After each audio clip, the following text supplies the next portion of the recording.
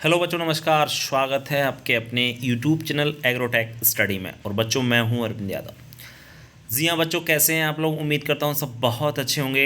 एमपीपीएटी की तैयारी कर रहे छात्रों के लिए एक विशेष सूचना सबसे पहले, फिर हम बात करेंगे अपने टॉपिक पर। जो सूचना आपके लिए ये है कि आपके एग्ज़ाम के लिए सिर्फ 1 महीना बचा है। तो जो छात्र तैयारी कर रहे हैं, यदि वो अपना टेस्ट क्वालिफाई करना चाहते हैं तो वो हमसे नोट्स ज़रूर प्राप्त कर लें। हमसे मतलब नहीं है आप कहीं से भी नोट्स से पढ़ें। बहुत सारे बच्चे कह रहे हैं सर हम किताब से पढ़ रहे हैं, हम किताब पढ़ रहे हैं अरिहंत की, सर हम किताब पढ़ रहे हैं फलाने ढिकाने। भैया, किताबों से चीज़ें अगर आती तो बच्चे नोट्स क्यों पढ़ते? क्यों कोचिंगों में जाके मैं आप कितनी बार आपको समझाऊं, लेकिन बच्चों को समझ में नहीं आ रहा है। तो कहीं ना कहीं पछताएं ना आप लोग, पछतावा ना रह जाए आपके मन में, मलाल ना रह जाए एग्ज़ाम के बाद कि काश कहीं किसी कोचिंग्स के यदि नोट्स ले लेते तो सिलेक्शन हो जाता। इसलिए आप लोगों से कहना चाहता हूं कि बच्चों कहीं से भी पढ़ें, कैसे भी पढ़ें, सिलेक्टेड नोट्स ही पढ़ें। फोकट की चीज़ों से बचें आप लोग, ठीक है ना? इसलिए आप लोग पढ़ लीजिए ढंग से। समय 1 महीना बच रहा है, आपको पता ही है 14 से 15 अक्टूबर का आप एग्ज़ाम है। यदि आपने फॉर्म नहीं भरा है तो फॉर्म भर दीजिए। 14 तारीख यानी 14 सितंबर लास्ट डेट है, ये ध्यान रखें आप लोग, ठीक है बच्चों? तो ये थी सूचना जो कि बहुत ही यदि कोई भी छात्र नोट्स की पीडीएफ प्राप्त करना चाहता है तो वो व्हाट्सएप पे नोट्स हमसे थोड़ा सा शुल्क दे करके वो अपने नोट्स प्राप्त कर सकता है, ठीक है? तो ये तो थी सूचना, ये तो मैं आपको हर वीडियो में देता ही हूँ, लेकिन फिर भी बच्चे पूछ करके बस सर कितना पैसा लोगे? अच्छा सर इतना लोगे? तो सर हमारे पास नहीं है। बढ़िया, कोई बात नहीं है, मत पड़िए, आपकी इच्छा है, जो आपको करना है वो आप करिए। सिर्फ बताना मेरा काम है, करना आपको ही है। करोगे तो ठीक, नहीं करोगे तो मतलब वो कहते हैं ना, करना है तो अच्छा, नहीं करना तो बहुत अच्छा, ठीक है ना? आपकी इच्छा। अगर आप आगे बढ़ना चाहते हो तो बिल्कुल करोगे, करने वाले कर रहे हैं, बिल्कुल पढ़ रहे हैं, मेहनत कर रहे हैं, जी तोड़ मेहनत कर रहे हैं। तो इसीलिए मैं आपसे कहता हूँ ये समय बहुत ही काम का समय है। इस समय का सदुपयोग कीजिएगा भैया, सदुपयोग कीजिएगा, ढंग से कीजिएगा, पढ़िएगा, मेहनत कीजिएगा। और तो नहीं, फिर आप देख ही रहे हो कि क्या होने वाला है आपके साथ। चलिए, तो आज हम लेकर आए हैं बच्चों कंप्लीट मुर्गी पालन। जी हाँ बच्चों, यदि आप पूरा वीडियो को देखते हैं तो आपके 10 नंबर पक्के हो जाते हैं। इस वीडियो में हमने वही लल्लन टॉप प्रश्न लेकर आए हैं बच्चों। कंप्लीट मुर्गी पालन, आप समझ रहे हैं, इसका मतलब पूरा मुर्गी पालन हम इस वीडियो के अंतर्गत करा रहे हैं आपको। इसलिए आप हमसे लास्ट तक जुड़े रहें, जिससे आपके जो सभी क्वेश्चन हैं वो अच्छी प्रकार से क्लियर हो जाएं, ठीक है ना? चलिए, तो ज़्यादा समय आपका ख़राब करेंगे नहीं, वीडियो को लंबा नहीं बढ़ाएंगे। चलिए हम चलते हैं इस वीडियो की ओर, ठीक है बच्चों? चलिए तो शुरुआत कर लेते हैं। तो बच्चों सबसे पहले हम बात करेंगे मुर्गी। तो मुर्गी का सबसे पहले है बच्चों जंतु वैज्ञानिक नाम। तो वैज्ञानिक नाम क्या होता है बच्चों? गैलस डोमेस्टिकस। याद रखें, मुर्गी का साइंटिफिक नेम क्या है? गैलस डोमेस्टिकस है। और मुर्गी का जो कुल होता है वो होता है फेजेलिडी। क्या होता है? मुर्गी का कुल फेजेलिडी। और जो साइंटिफिक नेम है वो है गैलस डोमेस्टिकस। विशेष याद रखें, केंद्रीय पक्षी अनुसंधान संस्थान, सब जानते हैं केंद्रीय पक्षी अनुसंधान संस्थान आपका कहाँ पर है? इज्जत नगर बरेली उत्तर प्रदेश में। ध्यान रखें, इज्जत नगर बरेली उत्तर प्रदेश में आपका केंद्रीय पक्षी अनुसंधान यानी सेंट्रल एवियन रिसर्च इंस्टीट्यूट कहाँ पर है? इज्जत नगर बरेली उत्तर प्रदेश। विशेष याद रखना है। इसके बाद केंद्रीय कुक्कुट प्रशिक्षण संस्थान। याद रखें, केंद्रीय कुक्कुट प्रशिक्षण संस्थान जो कि हसारघट्टा बेंगलोर में स्थित है। याद रखें, बेंगलोर कर्नाटक में है। तो विशेष याद रखना है, केंद्रीय कुक्कुट प्रशिक्षण संस्थान स्थित है आपका हसारघट्टा बेंगलोर कर्नाटका, ठीक है? पक्षियों के समूह को फ्लॉक कहते हैं। जी हाँ बच्चों, पक्षियों का अगर समूह होता है ना तो पूरे ग्रुप को क्या नाम दिया गया है? ध्यान रखें, फ्लॉक के नाम से जाना जाता है। किस नाम से जानते हैं? फ्लॉक कहते हैं उसे, ठीक है?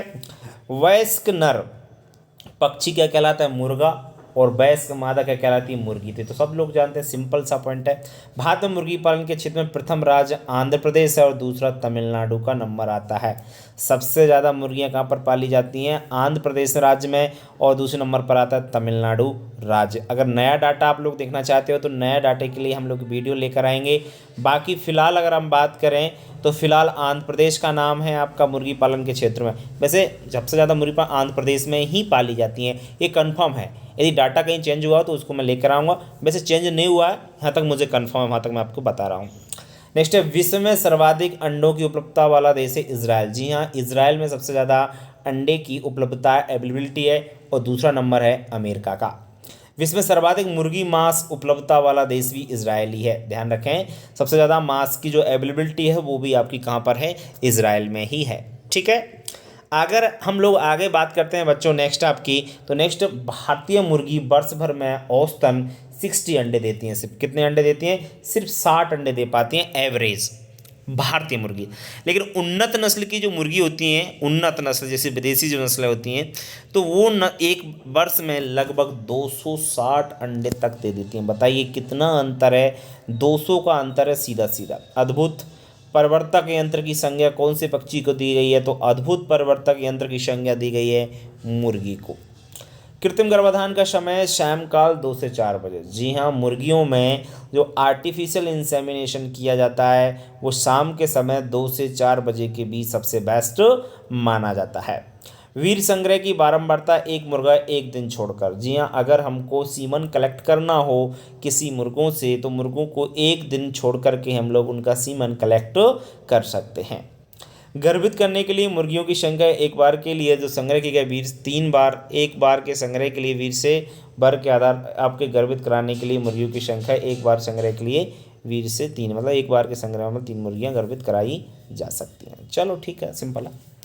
अब बात करें हम वर्ग के आधार पर मुर्गी की नस्लें, तो वर्ग सबसे पहले है इसी के आधार पर हम ज़्यादातर मुर्गियों का वर्गीकरण पढ़ा होगा आप लोगों ने भी कई बार, लेकिन यहाँ पे आप देख लीजिए वर्ग के आधार पर मुर्गियाँ जो बांटी सबसे पहले एशियाटिक मुर्गी, मतलब जो एशिया में पाली जाती हैं। इस वर्ग के पक्षी देर से परिपक्व होते हैं, मतलब मैच्योर थोड़ा लेट होते हैं, तथा अधिक देर तक बैठने वाले व सुस्त पक्षी माने जाते हैं। जैसे ब्रह्मा है इसको ध्यान रखें, कोचीन है और लैक्सेन। ये जो नस्ल हैं ये हमारे एशिया की नस्ल है। ब्रह्मा कोचीन सबसे इम्पोर्टेंट नस्ल हैं, दोनों का विशेष याद रखेंगे। इसके बाद है अंग्रेजी वर्ग की नस्लें आती हैं, ये मांस उत्पादन हेतु सर्वोत्तम मानी जाती हैं। इंग्लिश वर्ग की यानी अंग्रेजी वर्ग की, जैसे कॉर्निश है, ससेकस है और ऑस्ट्रेलॉफ ये जो नस्लें हैं ये मांस उत्पादन के लिए बेस्ट नस्लें मानी जाती हैं। सर्वोत्तम मांस इनका ही प्राप्त होता है। तीसरे नंबर पर आता है अमेरिकन नस्ल। तो इस वर्ग की नस्लें मांस व अंडा दोनों के लिए सर्वोत्तम है, जैसे Rhode Island, Red Plymouth Rock, New Hampshire, Wyandotte, Jersey Black giant. ये जो मुर्गी होती है ना अमेरिकन वर्ग की मुर्गी होती है। इसके बाद भूमध्य सागरीय की हम बात करें तो भूमध्य सागरीय की जो नस्लें, इस वर्ग की नस्लें अंडे उत्पादन के लिए विशेष होते हैं, जिसमें सबसे ज़्यादा अंडे उत्पन्न वाली नस्ल आपको पता ही है व्हाइट लेगहॉर्न नस्ल है, मिनोरका है, एनाकोना है, न्यू इंडोनेशियन है। ये आपकी भूमध्य सागरीय वर्ग की नस्ल होती है। तो आपने पढ़ा 4 वर्ग होते हैं, चारों वर्ग में जो भी नस्ल जिस क्षेत्र की है उस नस्ल का नाम आप ज़रूर याद रखेंगे, क्योंकि कई बार ये क्वेश्चन आपका पूछा गया है इसलिए। उपयोगिता के आधार पर हम मुर्गी की नस्लों के बारे में जानते हैं। उपयोगिता के आधार पर मुर्गी की नस्लें कौन कौन सी हैं देख लीजिए आप लोग। अंडे देने वाली सबसे ज़्यादा व्हाइट लेगहॉर्न, मिनोरका और लैक्सेन, ये अच्छे अंडे देती हैं। मांस वाली है अशील बोलते हैं जिसको, ब्रह्मा और कोचीन। जी हाँ, अशील, ब्रह्मा और कोचीन, इनसे अच्छा प्राप्त होता है मांस। दुकाजी डबल पर्पज, मतलब अंडे भी मिलते हैं और मांस भी मिलता है। New Hampshire, Rhode Island Red, Dorking, Plymouth Rock, ये ऐसी नस्लें हैं, डबल पर्पज ब्रीड हैं, जिनसे हमको अंडे भी प्राप्त होते हैं और मांस भी ये अच्छा देती हैं। मनोरंजन वाली नस्ल हैम्बर्ग, बेटन और पॉलिश, है ना। वैसे असील भी आती है हमारे यहाँ, वैसे भारत की हम लोग बात करें तो असील मुर्गी को मनोरंजन वाली नस्ल कहा जाता है। मुर्गी की भारतीय नस्लें असील है, कड़कनाथ, चटगांव, मलाया। अंडे उत्पादन मुर्गी सर्वोत्तम नस्ल व्हाइट लेगहॉर्न, कई बार बता चुका हूँ कि अंडे उत्पादन के लिए सबसे बेस्ट नस्ल है व्हाइट लेगहॉर्न। ठीक है, तो ये था उपयोगिता के आधार पर मुर्गी की नस्लें। मतलब कौन अंडा, मांस, मनोरंजन, दुकाजी, ये विशेष याद रखें। असील, कड़कनाथ और चटगांव ये भारत की हैं मुर्गी की भारतीय नस्लें हैं इन्हें। ठीक है, चलिए बढ़ते हैं हम लोग आगे नेक्स्ट आपके क्वेश्चन की। आगे यदि हम लोग बात करते हैं बच्चों नेक्स्ट, मांस उत्पादन हेतु मुर्गी की सर्वोत्तम नस्ल कौन सी है? Ply mouth rock.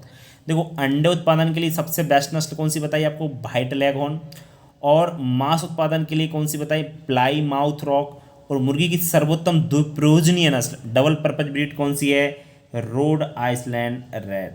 ठीक है ना, तो तीनों मुर्गियों के नाम याद रखिएगा, एक ना एक क्वेश्चन आपके एग्जाम में ज़रूर मिलता है। मुर्गी की नस्ल जिसका शरीर व मांस काला होता है, सब जानते हैं कड़कनाथ है और इसका उत्पत्ति स्थान झाबुआ है, जो कि मध्य प्रदेश में ये नस्ल पाली जाती है। महेंद्र सिंह धोनी, आपने नाम सुना होगा, ये इस मुर्गी का पालन कर रहे हैं, इनका सबसे बड़ा फार्म खोला गया है महेंद्र सिंह धोनी ने, तो ये जानकारी आपको होना चाहिए। कड़कनाथ ऐसी मुर्गी है, रंग भी काला होता है, मांस भी काला होता है, ध्यान रखें, मांस काला। ये पूछा जाता है, बताइए कौन सी नस्ल का मुर्गी की मांस काला होता है? कड़कनाथ। भारत में सर्वाधिक पाई जाने वाली मुर्गी की नस्ल व्हाइट लेगन। देखो व्हाइट लेगन का विदेशी नस्ल है, लेकिन यहाँ पर पालने जाना लगा है क्योंकि उसको वहाँ से यहाँ आयात कर लिया गया है, इस वजह से। मुर्गियों के लिए प्रकाश की अवस्था 14 से 16 घंटा मुर्गी को क्या चाहिए? प्रकाश की आवश्यकता होती है। आगे हम लोग बात करते हैं बच्चों नेक्स्ट, मुर्गी लगभग कितने माह में अंडे देना प्रारंभ कर देती है? तो लगभग 4.5 माह में। मुर्गी लगभग कितने माह में अंडे देना प्रारंभ कर देती है? तो याद रखें, मुर्गी लगभग 4.5 माह में अंडे देना प्रारंभ कर देती है। एक अंडे के संपूर्ण निर्माण में कितना समय लगता है? तो ध्यान रखें, मुर्गी के अंदर जब अंडा बनता है तो 24 से 25 घंटे लगते हैं मुर्गी के अंडे के निर्माण में। एक अंडे का वजन कितना होता है एवरेज? तो ध्यान रखें, एवरेज एक मुर्गी के अंडे का वजन 58 ग्राम होता है। 58 ग्राम आपके एक मुर्गी के अंडे का वजन होता है। वे अंडे जिनको सेने पर भ्रूण नहीं बनता है वो है अनिषेचित अंडे। जो आपने देखा होगा मार्केट में जो अंडे रहते हैं और आप लोग खाने के रूप में जो यूज़ करते हो जो अंडे, वो अनफर्टिलाइज अंडे होते हैं, मतलब उनमें भ्रूण नहीं बनता, उनमें बच्चा नहीं बनता है, तो वो अनफर्टाइल आपके एग होते हैं जिनका उपयोग जनरली खाने के रूप में किया जाता है। वे अंडे जिनको सेने पर भ्रूण बनता है उन्हें उर्वर या निषेचित यानी फर्टिलाइज्ड एग उनको बोला जाता है। और इन अंडों में आपका क्या बनता है? भ्रूण बनता है, मतलब इनमें बच्चा बनता ही बनता है, जो कि निषेचित अंडे कहलाते हैं। अउर्वर अंडों में अंडाणु ब्लास्टोडर्म को कहते हैं जर्म स्पॉट। ब्लास्टोडर्म को क्या कहते हैं? अंडाणु को जर्म स्पॉट के नाम से जाना जाता है। उर्वर अंडों में अंडाणु ब्लास्टोडर्म को कहते हैं जर्म डिस्क। याद रखें, मतलब जिनमें चूजा बनता है, जिन अंडों में चूजा बनता है उसे जर्म डिस्क के नाम से जाना जाता है, और जिन अंडों में चूजा नहीं बनता है उन्हें जर्म स्पॉट के नाम से जाना जाता है। ब्लास्टोडर्म को जर्म स्पॉट भी कहते हैं, ध्यान रखें। अंडे का कवच कैल्शियम कार्बोनेट का बहुत इंपॉर्टेंट है। अंडे का जो अंडा देखा होगा ऊपर सफ़ेद जो रहता है भूरापन लिए भी होता है, तो कवच किसका बना होता है? कैल्शियम कार्बोनेट का बना होता है। और कवच में भार की दृष्टि से 94% कैल्शियम कार्बोनेट ही होता है। कवच में अगर वेट यानी वजन की दृष्टि से देखा जाए तो 94% कैल्शियम कार्बोनेट होता है। कवच का प्रमुख कार्य क्या है? अंडे के आंतरिक अंदर के भागों को सुरक्षा प्रदान करना। जी हाँ बच्चों, जो कवच रहता है अंडे के ऊपर आपने देखा होगा, इसका काम होता है कि अंडा जो है सुरक्षित रहे। अंडे के कवच में वायु के आदान प्रदान हेतु 600 से 800 गोल छिद्र होते हैं। जी हाँ, आपको एक चीज़ जानकारी नहीं होगी, बता देता हूँ मैं आपको। जो अंडा रहता है ना कवच में छोटे छोटे छिद्र होते हैं। आप लोग कहोगे कब होते हैं, हमने देखी नहीं है भैया, वो ऐसे नहीं देखे जा सकते। हम अगर यदि उसको माइक्रोस्कोप की सहायता से अंडे को देखें तो वहाँ पर हमें कई प्रकार के छिद्र दिखाई देते हैं, जिसमें हवा के आदान प्रदान के लिए होते हैं, और 600 से 800 छिद्र पाए जाते हैं। अंडे के कवच का प्रमुख कार्य क्या है? अंडे के आंतरिक भागों को सुरक्षा प्रदान करने। पहले बता चुका हूँ मैं आपको। कवच झिल्लियाँ, यह अंडे के कवच के अंदर 2 पतली झिल्लियाँ होती हैं। इनका प्रमुख कार्य कवच को मजबूती प्रदान करना है एवं भ्रूण को कैल्शियम उपलब्ध कराना है। ध्यान रखें, कवच झिल्ली है जो कवच के जस्ट नीचे होती है, इसका काम होता है, पतली झिल्ली होती है और इनका प्रमुख कार्य है कवच को मजबूती प्रदान करना। दूसरा जो भ्रूण होता है एम्ब्रियो, उसको कैल्शियम उपलब्ध करवाना। ठीक है। अगर बात करें नेक्स्ट जर्दी यानी पीला पदार्थ होता है अंडे के अंदर, जब आपने देखा होगा अंडे के मध्य में होता है, जैसे पीतक झिल्ली से घिरा हुआ होता है। हल्के पीले रंग का पदार्थ है, विकसित हो रहे भ्रूण को पोषण प्रदान करता है। उसके अंदर जो भी बच्चा पल रहा होता है, चूजा पल रहा होता है, उसको क्या उपलब्ध कराता है? पोषण प्रदान करता है। कौन? यॉक यानी जर्दी, जो पीला पदार्थ होता है। यदि आपने अंडे फोड़ का देखा होगा तब को जानकारी नहीं हो गई। ठीक है, इसके बाद करें हम अंडाणु। जर्दी के ऊपर पाई जाने वाली बिंदु जैसी रचना अंडाणु कहलाती है। सब जानते हैं इसको जनरली।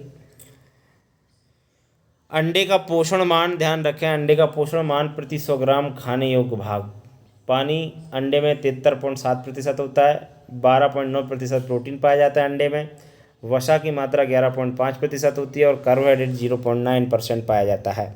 खनिज लवण 1% रहता है। तो आपने देखा अंडे का जो कंपोजिशन है क्या है, 73.7% तो पानी रहता है अंडे में, प्रोटीन 12.9% और फैट की मात्रा 11.5% होती है, जबकि कार्बोहाइड्रेट की मात्रा 0.9% पाई जाती है।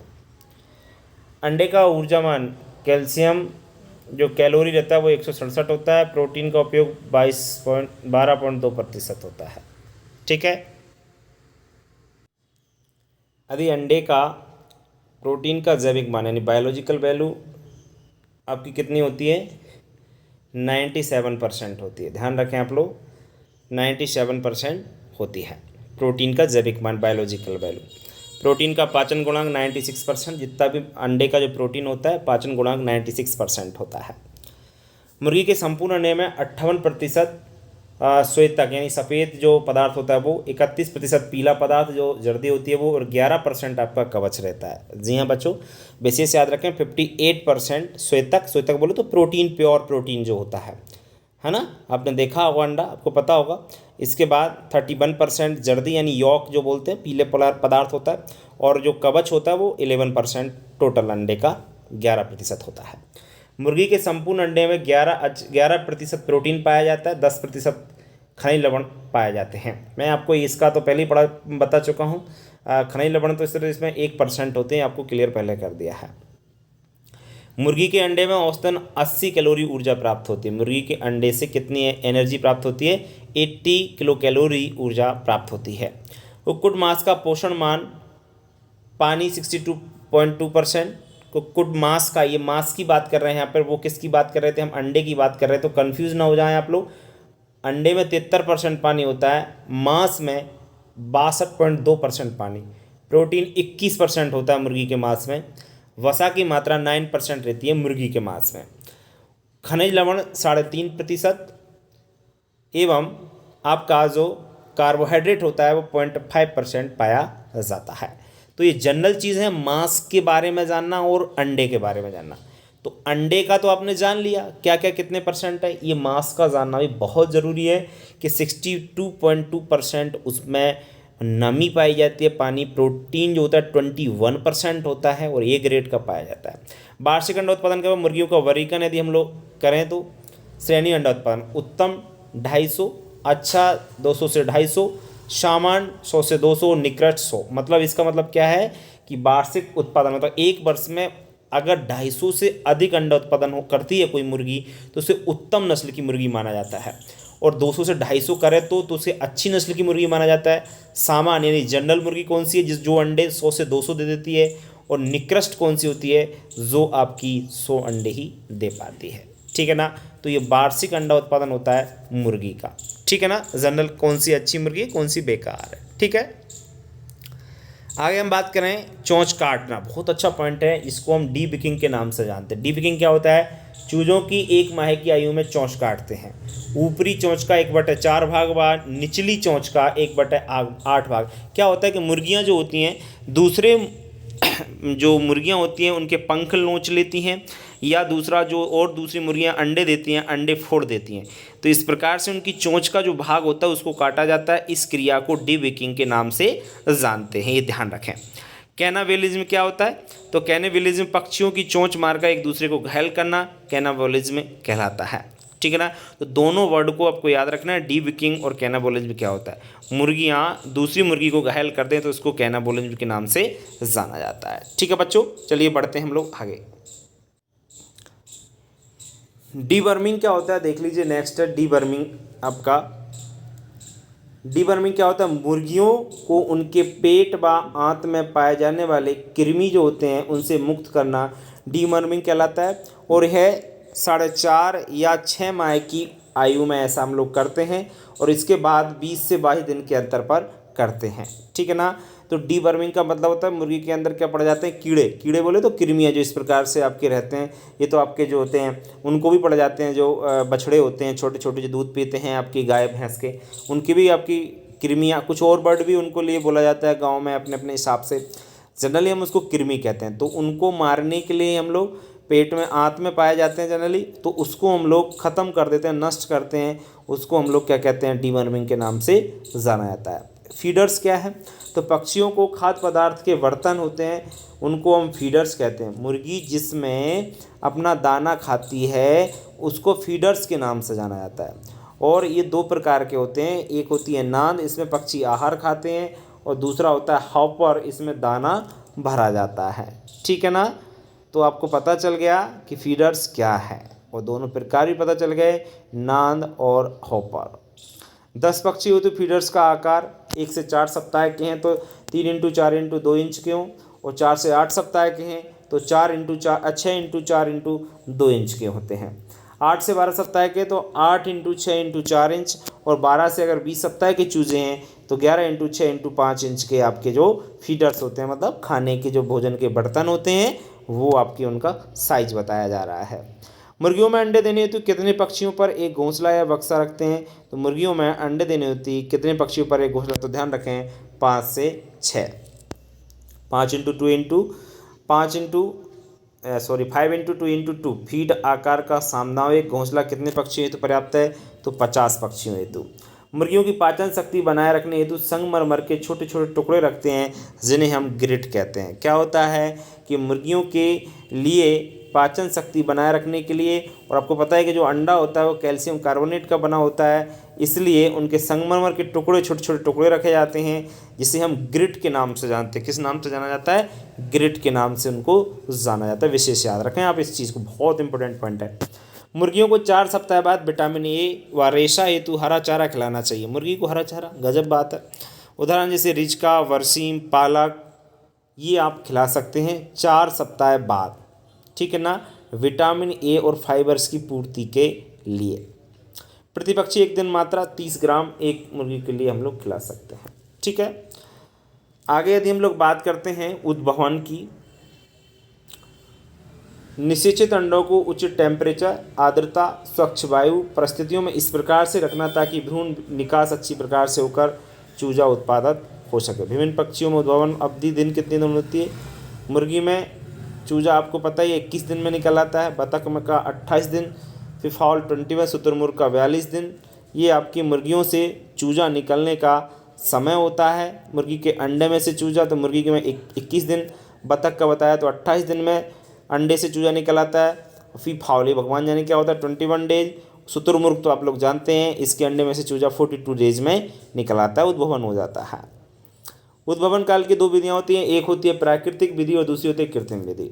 उद्भवन का मतलब मुर्गी से अंडे बाहर निकलने कह सकते हैं, या अंडे सेने की 2 विधियाँ होती हैं, इनको सेने के नाम से भी जाना जाता है। आपने 12th में भी पढ़ा होगा कि मुर्गियों के अंडे 2 प्रकार की विधियों से अंडे से चूजे बाहर निकालते हैं। तो पहली है प्राकृतिक विधि, इसको समझिए सबसे पहले।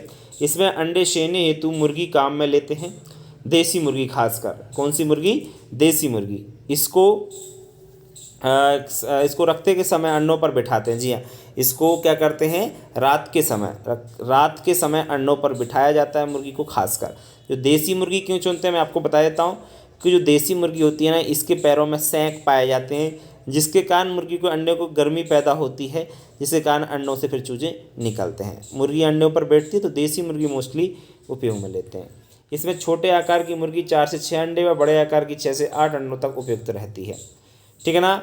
छोटे आकार की मुर्गी है तो 4 से 6 अंडों पर बैठ सकती है, और बड़े आकार की यदि मुर्गी है तो 6 से 8 अंडे एक साथ से सकती है, मतलब एक साथ अंडों पर बैठ सकती है। इसमें मिट्टी का बना साफ बर्तन, दड़ुआ, जिसको बोलते हैं 15 इंच व्यास का 8 इंच गहरा उपयुक्त रहता है। तो एक साइज़ भी डिसाइड किया गया है कि इतना साइज़ जो है सबसे बेहतर माना जाएगा। दड़बे में अंडों का 3 से 5 सेंटीमीटर की दूरी पर भी रखा जाता है। तो ये तो जनरल प्राकृतिक विधि है, ये तो सब लोगों ने गांव में देखा भी होगा। जो मुर्गी पालक होते हैं वो किस प्रकार से अपने आप ही मुर्गी जो है अंडों पर बैठती है, तो एक सिंपल बात है। और जब कृत्रिम विधि पढ़ेंगे तो थोड़ा सा हमको अलग से पढ़ना होगा। देखिए अब कृत्रिम विधि में कैसे अंडे से जाते हैं, क्या होता है मोस्टली। देखिए आप लोग, कृत्रिम विधि आपकी जो है इसमें अंडे सेनी होती है। एक यंत्र होता है जिसका नाम है इनक्यूबेटर, इसका प्रयोग किया जाता है। आपने 12th में भी पढ़ा होगा जनरली बहुत अच्छे प्रकार से। इसका तापमान मोस्टली 100 से 103 डिग्री फ़ारेनहाइट, आर्द्रता यानी नमी 60 से 70%, ऑक्सीजन जो होती है 21% जितना वायुमंडल में होती है उतने, और आपका जो कार्बन डाइऑक्साइड 0.5 से अधिक नहीं रखी जाती है, प्रतिशत से कम रखते हैं। 0.5% से भी कार्बन डाइऑक्साइड की मात्रा कम रखी जाती है। इससे ज़्यादा अगर कार्बन डाइऑक्साइड की मात्रा ज़्यादा हुई, इनक्यूबेटर मतलब इनक्यूबेटर जो होता है ना, एक यंत्र होता है अलमारी नुमा, अलमारी के जैसा, और इसमें ही अंडों को रखा जाता है। और उसमें वो सब कंडीशंस अच्छी प्रकार से रखी जाए, जैसे आपको बताया जा रहा है कि इतनी टेम्परेचर होना चाहिए उसका, इतना अपेक्षित आर्द्रता होना चाहिए, ऑक्सीजन इतनी होना चाहिए, कार्बन डाइऑक्साइड इतनी, तो उस प्रकार से उसमें अंडों को रखते हैं कि जो एक प्राकृतिक रूप से जो अंडे को कंडीशंस चाहिए, जिस प्रकार की दशा चाहिए, उसी प्रकार से उसको उस इनक्यूबेटर में मिलती रहे। अंडे के सेने हेतु गहरे भूरे रंग के कवच वाले अंडे जिनका वजन लगभग 57 ग्राम हो वो सर्वोत्तम माने जाते हैं। जी हाँ बच्चों, अगर अंडे में हमें इनक्यूबेटर से अंडे को सेना है, अंडे से चूजे बाहर निकलवाना है, तो क्या करते हैं, गहरे भूरे रंग के कवच वाले अंडों को हमको सिलेक्ट करना होगा, और उन अंडों का लगभग वजन 56 से 57 ग्राम होगा तो सबसे बेस्ट माना जाएगा, सर्वोत्तम माना जाता है। ठीक है। इसके बाद इंक्यूबेटर में अंडों को 3 से 4 बार पलटना चाहिए। जी हाँ, 24 घंटे में जो अंडों को कम से कम 3 से 4 बार आपको पलटना ही पड़ेगा, तब जाके वो है अंडों से चूजे अच्छी प्रकार से निकल पाएंगे। इसके बाद उद्भवन के प्रथम सप्ताह बाद कैंडलिंग द्वारा जांच कर अनिश्चित अंडों को बाहर निकाल देते हैं। क्या होता है बच्चों, कैंडलिंग, ये बहुत अच्छा पॉइंट आया है। कैंडलिंग क्या होता है, एक यंत्र होता है जिसकी सहायता से हम लोग देख सकते हैं कि अंडे में चूजा बनेगा कि नहीं बनेगा। एक पहले सप्ताह में ये चीज़ क्लियर होती है। कैंडलिंग यंत्र होता है, उसकी सहायता से हम चेक करते हैं। कैसे चेक करते हैं कि यदि उसकी सहायता से हम लोग देखें अंडे को, तो अंडे में एक धब्बा दिखाई देता है चवन्नी के जैसा। अगर वो दिखाई दे रहा है तो अंडे में चूजा बनेगा, यदि वो नहीं दिखाई दे रहा है तो अंडे में चूजा नहीं बनता। उसको कैंडलिंग विधि द्वारा हम लोग कह सकते हैं, कैंडलर उसको जनरली हम लोग कहते हैं। ये ध्यान रखना है आप लोगों को। इसके बाद उद्भवन के दूसरे सप्ताह बाद कैंडलिंग द्वारा जांच कर मरे हुए भ्रूण वाले अंडों को भी बाहर निकाल देते हैं। ठीक है। उद्भवन प्रारंभ करने से पहले, उद्भवन का मतलब वही है, सेना अंडे को